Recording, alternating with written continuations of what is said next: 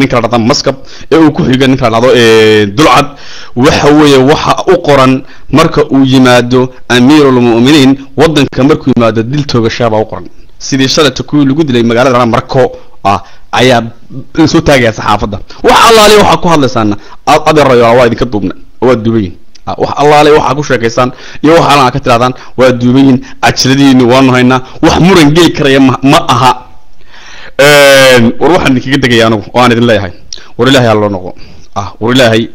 ha loo noqdo oo sunnada rasuulka ha loo noqdo oo kitaabka ilaahay ha loo noqdo oo riyadan aad ku nooshihiin iyo Soomaaliland tan way dooshay iyo way dhaaqday iyo hawaawigan iyo bentan warniman iyo ummadda laga daayo 19 sanadood inankii maalintii 1991 dhashay maanta waa hanaqaad waa 19 jir weeyii intaana waxa dhada hooyo caani soo sida wadanka la aqoonsanaya waynu soo soconnaa halkan ay maraysaa halkee la maraya imika halkee la maraya inankiiba inaan dul dhalay kii maalinta dhashay ayaa mid dhalay welina caani way soo sidaa hooyo caanaysi haye reerku hadago hooyo caanaysi haye waba ticiyalki waa sheekiyaashi looran jiray hooyo caanaysi haye reerku hadago marka waxaan idinkaga tagayaa walaalayaal